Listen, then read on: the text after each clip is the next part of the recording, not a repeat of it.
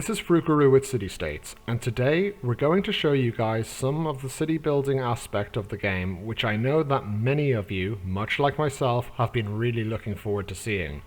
Now, as always, with early preview videos like this, there are a few things to note.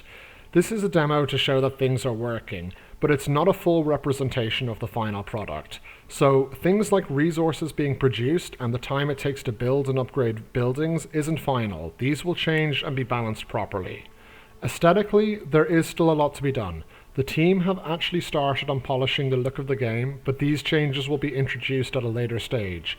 And finally, the CityStates progression mechanics on the map haven't yet been implemented, so right now all the space is unlocked, but in later builds you will start off with a smaller amount of land and will unlock more by defeating barbarian encampments in combat. This will serve not only as a progression mechanic, but to also teach the basics of combat and prepare players for PvP. With that said, let's jump in and take a look. The castle will be the beating heart of your city, and upgrading this will allow you to unlock options to enhance other buildings to higher tiers. When playing, you're going to want to make sure to keep your castle upgraded alongside your other buildings so you always have access to a better means of production.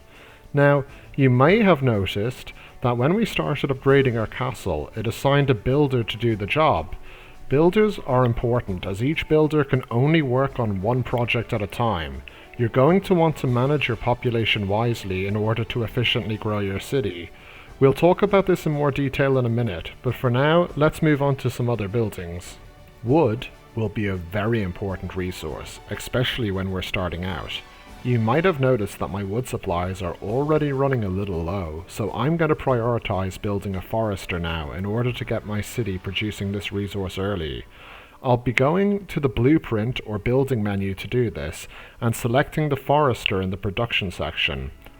Foresters require a forest in order to harvest wood. So we're going to find a tile with a forest on it, this spot right here, and our available builder will get to work. Now, let's do the same again, but this time we're going to build a farm in order to produce food. The process is the same as before, only this time our farm will require some flat land to be built. You can see our foresters finish building there below. And now let's add a quarry to these regular rocks here. Actually, you know what, scratch that. I've spotted gold on the map, so I'm going to place a gold mine on the gold ore mountain instead. Different types of mines must be built on suitable terrain. So for example, right now in our immediate view, this is the only place I can currently build this gold mine. So right now we've set up some basic production buildings, but currently these aren't actually producing anything as we need to assign villagers to work here. Let's go back to our forester. As we can see, it hasn't actually produced anything for us to collect. We're going to employ a farmer from our population. Here we can see that in order to do this, we will need to supply the farmer with some initial tools. Farming is hard work, so we're going to have to pay him some food, 15 an hour in this case. Good thing we built our farm earlier. Tools will also break, so we're going to need to supply him with a constant daily supply of a tool per day. Once we have villagers actively working these buildings, we'll soon start to see our resources trickle in. Since we're going to need food to keep our farmer working, let's employ a villager to work at our farm as well. Here you can see that again, we need a certain amount of resources or tools to keep him employed.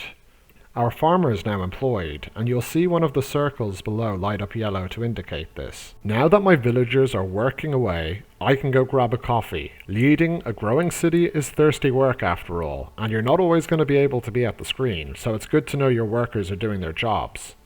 Right, so we're back, and I'm going to check my lumber camp, or my forester, and as you can see I have some resources to collect. We have 600 currently, we've collected, and now we're at 636. Perfect. And finally for this video, as you can probably imagine, as we grow our cities, managing by clicking on individual buildings will start getting difficult. To address this, the team have implemented a population management menu, which we clicked on down the bottom. From here, we can also see how many citizens we have and how many are actively working. Currently, we only have 5 out of 51 of our citizens working, so we've added some more to the workforce here, and now we're assigning them to our buildings. Assigning citizens to buildings will give us more options in order to produce and harvest resources more efficiently, so it's good to have your citizens at work and not just lazing around. Now that we've assigned more villagers, our production will speed up in the farm. We've also leveled up the farm quite a bit, and you can see now we have 2 different crop options, therefore increasing our production. And that's it for this video. There are of course many more elements when it comes to running a city, and we will be releasing more videos focusing on different elements of the game. But for now, we just want to show you the fundamentals and the fruits of a lot of hard work that's been going on in the background recently. And as always, thank you for your support for CityStates Medieval, and we look forward to sharing more with you in time. Take care.